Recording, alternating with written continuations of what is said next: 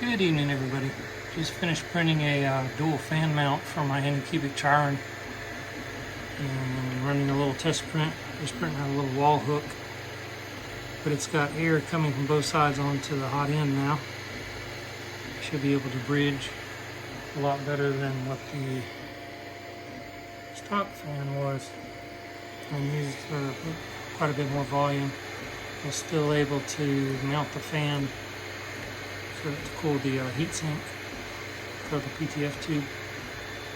But if you have any questions, please post them below. I'll post the Thingiverse file link down in the description. Please like and subscribe. And once again, thank you for watching.